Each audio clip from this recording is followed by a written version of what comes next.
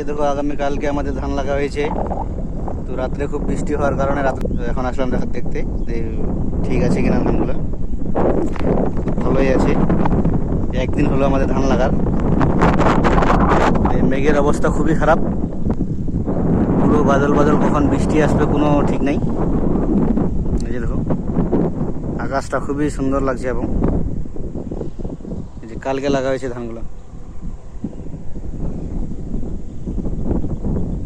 তো হালকা পাতলা জল যদি হয় কোনো সমস্যা হবে না। যাই হোক, জল যদি খুবই বেশি হয়ে যায় তাহলে, বৃষ্টি যদি খুবই হয়ে যায় তাহলে আবার সমস্যা হবে, কারণ যে ধানগুলো তখন বৃষ্টিতে ডুবে গেলে আবার এই ধানগুলো ভালো হবে না।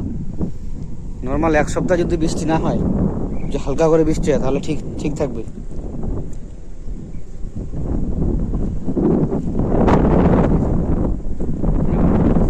একদিন হলো ধানগুলো লাগার।